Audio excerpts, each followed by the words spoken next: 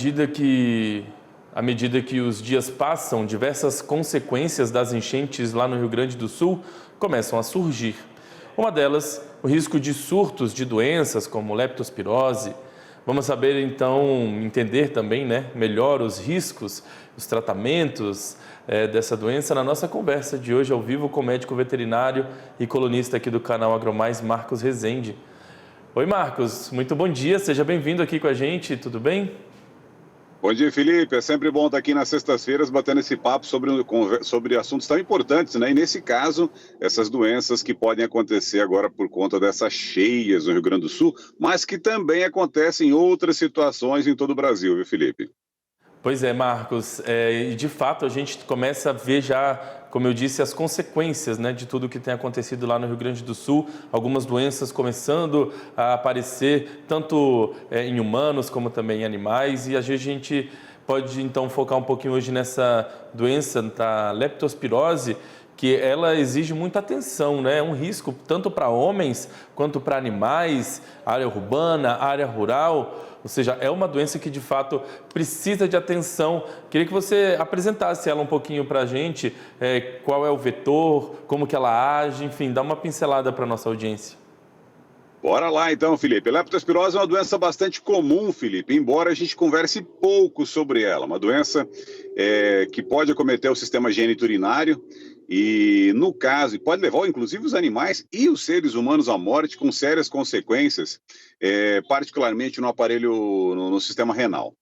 Felipe, essa é uma doença que ela é transmitida por algumas bactérias, algumas leptospiras, que, dependendo da espécie, tem as suas variantes. Então, nos seres humanos tem determinadas leptospiras que também podem ser as mesmas dos bovinos, dos ovinos, e aí a coisa pode complicar de acordo com a evolução da doença. Em geral, a contaminação se dá da mesma forma, por meio do contato com água que é contaminada com urinas e fezes de roedores, em particular do rato.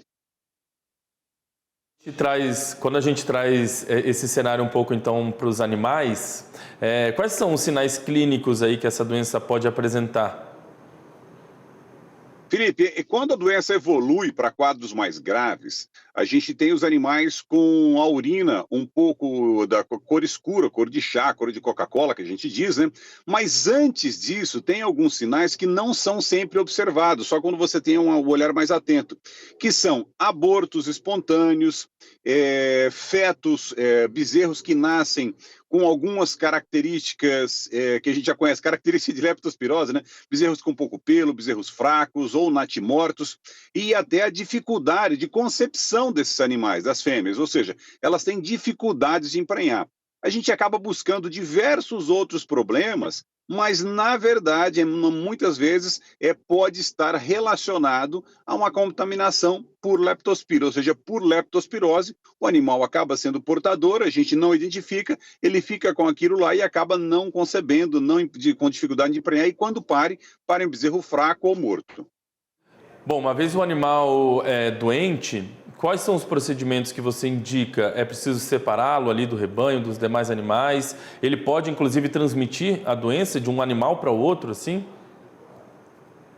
Felipe, pode sim, mas é uma doença de fácil tratamento, viu, Felipe? É uma doença que a gente pode tratar ela por meio da streptomicina, ou doxiciclina ou outros princípios ativos, e quando buscado um bom veterinário, um buiatra, que é aquele veterinário especializado em ruminantes, estabelecido um protocolo de tratamento, é uma doença de tratamento, de fácil tratamento, desde que obedecido o protocolo. E quanto antes a gente identifica a doença, quanto antes a gente faz o diagnóstico, que é feito por meios diagnósticos laboratoriais, você identifica a doença, faz o tratamento e pronto, o animal poderá dar continuidade à sua vida. E é uma doença também que tem prevenção, que esse é o principal ponto. A gente não precisa deixar o animal ficar doente, a gente pode prevenir a doença desse animal. E em casos esporádicos, talvez, é possível que nós, humanos contaminados, a gente possa também transmitir a doença para os animais? Existe essa possibilidade de troca, de contaminação, digamos assim? Felipe, eu desconheço, não vou dizer nem que sim e nem que não, tá? Porque eu desconheço qualquer relato a respeito disso. Em geral, a contaminação do tanto de seres humanos quanto de animais é por meio do contato com fezes ou principalmente urina de roedores. Os roedores, quando eles vão se alimentar, eles ao se alimentar, comer uma ração, um milho que está ali no paiol, eles comem e ao mesmo tempo ali, eles vão defecando e urinando. E o animal vai, depois a gente pega e serve aquela ração, aquele milho para os bovinos, para os ovinos, e aquilo vai contaminado, a gente acaba transmitindo, contaminando isso para os animais.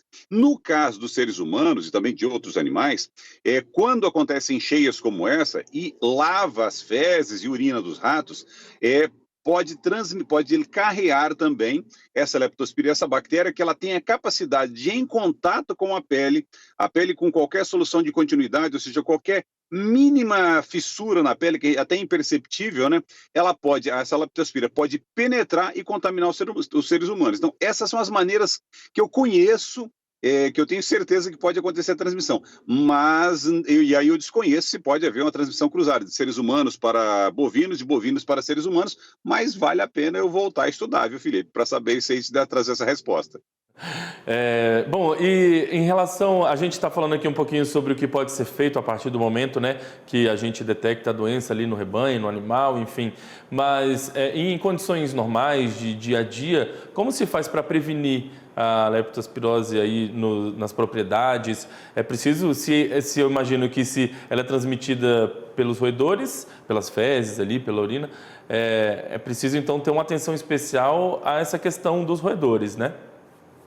Esse é o primeiro passo, Felipe. A gente fazer um controle bastante rígido dos roedores e também de qualquer alimento por meio de mecanismos,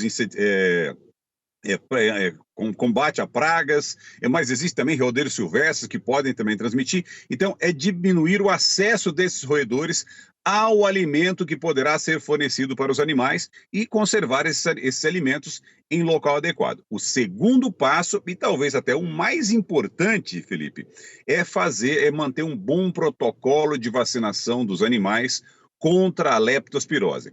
Existe vacina contra diversos tipos de leptospiras e é só o produtor. É importante que o produtor fique atento e vacine os seus animais contra essa doença para prevenir qualquer contato e, no caso de contágio, qualquer contágio em caso de qualquer contato com a leptospira. No caso do Rio Grande do Sul, viu, Felipe, que a gente está tendo esse problema de cheias, eu acho que aí vale a pena a gente destacar a necessidade de uma medida pelas autoridades federais e estaduais para a gente fornecer vacina para aqueles produtores, porque eu tenho a impressão, tenho a suspeita de que nós teremos uma elevação bastante considerável de casos de leptospirose nos animais que sobreviverem a essas cheias. Marcos, eu queria agradecer demais a sua participação mais uma vez, trazendo para a gente essas orientações, as dicas aí, de uma maneira tão didática. Desejo a você um ótimo fim de semana. A gente volta a conversar na semana que vem sobre um novo assunto. Eu que agradeço, Felipe, agradeço a todos, até semana que vem.